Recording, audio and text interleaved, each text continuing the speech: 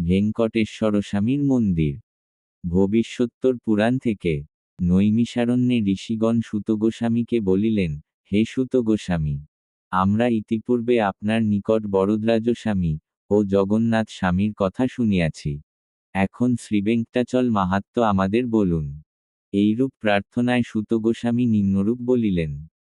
পূর্বে গঙ্গার তীরে মুনিগণ একটি যজ্ঞ করিতেছিলেন। সেই সময় নারদমুনি সেখানে গিয়া সকল মুনিদের বলিলেন, এই যজ্ঞের ফল ভগবানের উদ্দেশ্যে উৎসর্গ করুন। এই কথা বলিয়া তিনি চলিয়া গেলেন। অতঃপর মুনিগণ ব্রহ্মা, বিষ্ণু ও মহেশ্বর এই তিন মূর্তির মধ্যে প্রকৃত ভগবানকে তাহা জানিবার জন্য ভৃগু মহর্ষিকে প্রেরণ করিলেন। ভৃগু মহর্ষি প্রথমে ব্রহ্মার নিকট গিয়া সাষ্টাঙ্গ প্রণাম করিলেন, কিন্তু ব্রহ্মা ভৃগুর প্রতি কোন আশীর্বাদ প্রদান করিলেন না। এই কারণে ভৃগু কৈলাসে চলে গেলেন। কৈলাসে শিব পার্বতীর সঙ্গে একান্তে অবস্থান করেছিলেন। পার্বতী দেবী ভৃগু মহর্ষির আগমন লক্ষ্য করিয়া লজ্জায় শিবের নিকট হতে সরে গেলেন। তখন শিব ভৃগুকে বলিলেন, স্বামী ও স্ত্রীর একান্ত অবস্থানে অনুমতি ছাড়াই প্রবেশ করিতেছ কেন? এই কথা বলিয়া তিনি ক্রোধে ধ্বংস করিতে উদ্যত হইলেন। তখন ভৃগু মহর্ষি বলেছিলেন, আমি যে কারণে এসেছি তাহা তুমি না জানিয়া আমাকে ধ্বংস করিতে এসেছ। অতএব আজ হইতে পৃথিবীতে তোমার লিঙ্গরূপেই পূজা হইবে। এইরূপ শাপ দিয়া ভৃগু কৈলাস হইতে বৈকুণ্ঠে চলে গেলেন। ওই সময় বৈকুণ্ঠে বিষ্ণু আদিশেষের উপর শয়ান অবস্থায় ছিলেন। বিষ্ণুকে পরীক্ষা করিবার এইটাই উপযুক্ত সময় মনে করিয়া ভৃগু মহর্ষি বিষ্ণুর বক্ষে এক পদাঘাত করিলেন। বিষ্ণু উঠে বলিলেন, হে মহর্ষি, আপনার আগমন আমি লক্ষ্য করিতে না পারায় দয়া করিয়া আমাকে ক্ষমা করুন। এইভাবে ক্ষমা প্রার্থনা করিলেন।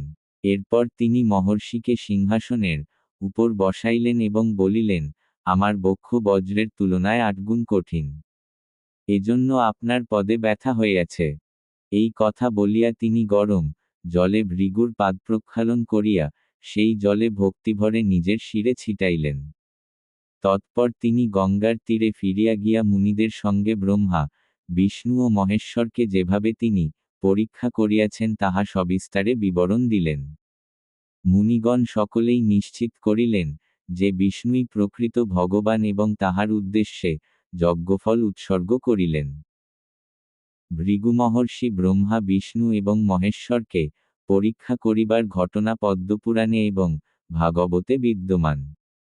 পদ্মপুরাণে ভৃগু মহর্ষি ত্রিমূর্তিদের পরীক্ষা করার পর মুনিগণ সকলেই বিষ্ণুই পরমাত্মা এই সিদ্ধান্তে উপনীত হয়ে যজ্ঞফল বিষ্ণুকে উৎসর্গ করিলেন। ভাগবতে শুকদেব গোস্বামী পরীক্ষিত মহারাজকে বলিলেন, কিছু লোক বিশ্বাস করেন যে এই সৃষ্টি ব্রহ্মা সৃষ্টি করেছেন, কিছুজন মনে করেন শিব সৃষ্টি করেছেন, আবার কিছু লোক বলেন বিষ্ণুই সৃষ্টি করেছেন। সরস্বতী নদীর তীরে অধিষ্ঠিত মুনিগণ সমগ্র মানবজাতির এই সন্দেহ দূরীকরণের উদ্দেশ্যে ব্রহ্মা, বিষ্ণু এবং মহেশ্বরকে পরীক্ষা করার জন্য ভৃগু মহর্ষিকে পাঠান। ভৃগু মহর্ষি তাদের পরীক্ষা করার পর নিশ্চিত করেন যে ব্রহ্মা, বিষ্ণু এবং মহেশ্বরের মধ্যে বিষ্ণুই পরমাত্মা। ব্রহ্মদেব এবং শিব সাধারণ দেবতা নন। তারা অতীত, বর্তমান এবং ভবিষ্যৎ সম্পর্কে জ্ঞানসম্পন্ন দেবতা। তবুও কিছু কিছু ক্ষেত্রে তারা রজগুণ এবং তমগুণের প্রভাবে আচরণ করেছেন বলে পুরাণে দেখা যায়। এটি তাদের অজ্ঞতার কারণে নয়, বরং জগৎকে নারায়ণই পরম ভগবান বলে বোঝানোর জন্য এটি এক দিব্য লীলা, এমনটাই আচার্যরা ব্যাখ্যা করেছেন। ভৃগু মহর্ষি চলে যাওয়ার পর নারায়ণের, বিষ্ণুর সঙ্গে লক্ষ্মীদেবী বললেন, আমি যে আপনার বক্ষস্থানে বাস করি সেই স্থানে ভৃগু তার পা দিয়ে আঘাত করেছেন। আপনি তাকে শাস্তি না দিয়ে বরং সেবা করেছেন। আমি আর এই বৈকুণ্ঠে থাকতে পারব না। এই কথা বলে তিনি দুঃখভরে করবীরপুরে, কোলহাপুরে তপস্যা শুরু করলেন। লক্ষ্মীদেবী ছাড়া বৈকুণ্ঠে থাকতে ইচ্ছুক না হয়ে নারায়ণ বৈকুণ্ঠ ত্যাগ করে মানবরূপে বেঙ্কটাচলমে এলেন। ভেঙ্কটেশ্বর স্বামী তিরুমালা পাহাড়ে বাস করার সময় আকাশরাজের কন্যা পদ্মাবতীর সঙ্গে তার বিবাহ সম্পন্ন হয়। পদ্মাবতী দেবীর সঙ্গে বিবাহের পর ভেঙ্কটেশ্বর স্বামী কয়েকদিন অগস্ত্যমুনির আশ্রমে অবস্থান করেন। একদিন তন্দমান সেখানে গিয়ে প্রণাম করেন। ভেঙ্কটেশ্বর স্বামী তাকে আলিঙ্গন করে আগমনের কারণ জানতে চান। তন্দমান বলেন, হে স্বামী, আপনার দর্শনের চেয়ে শ্রেষ্ঠ কিছু নেই। আপনি যোগীদের অধিপতি, আপনি সৃষ্টিকর্তা, আপনি ব্রহ্মাকে নিয়োগ করেন এবং লক্ষ্মীদেবীর সঙ্গে বিচরণ করেন। আমি আপনাকে সেবা করে আমার জীবন সার্থক করতে চাই।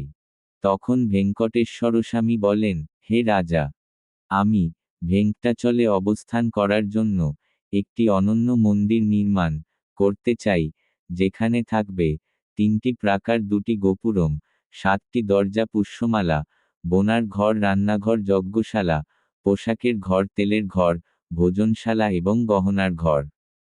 তিনি আরও বলেন, মন্দির নির্মাণের স্থানে যে তেঁতুল বৃক্ষটি আছে সেটি আমার বাসস্থান এবং চম্পক বৃক্ষটি লক্ষ্মীদেবীর বাসস্থান। তাই এই গাছগুলি সরিও না, ঋষিদের সঙ্গে তুমিও এগুলিকে পূজা করো। তন্দমান স্বামীর নির্দেশ অনুযায়ী মন্দির নির্মাণ করেন। তিনি শ্রীনিবাসমঙ্গাপুরম থেকে মন্দির পর্যন্ত সিঁড়ি নির্মাণ করে ভেঙ্কটেশ্বর স্বামীকে নিবেদন করেন। ভেঙ্কটেশ্বর স্বামী এক শুভ মুহূর্তে দেবতাদের সঙ্গে মন্দিরে প্রবেশ করেন এবং পদ্মাবতী দেবীকে তার বক্ষস্থলে স্থান দেন। তিনি তার বাম হাত কোমরে রাখেন এবং ডান হাতে ভক্তদের পদবন্দনার জন্য আমন্ত্রণ জানান। এরপর তিনি অর্চা মূর্তি রূপে স্থিত হন।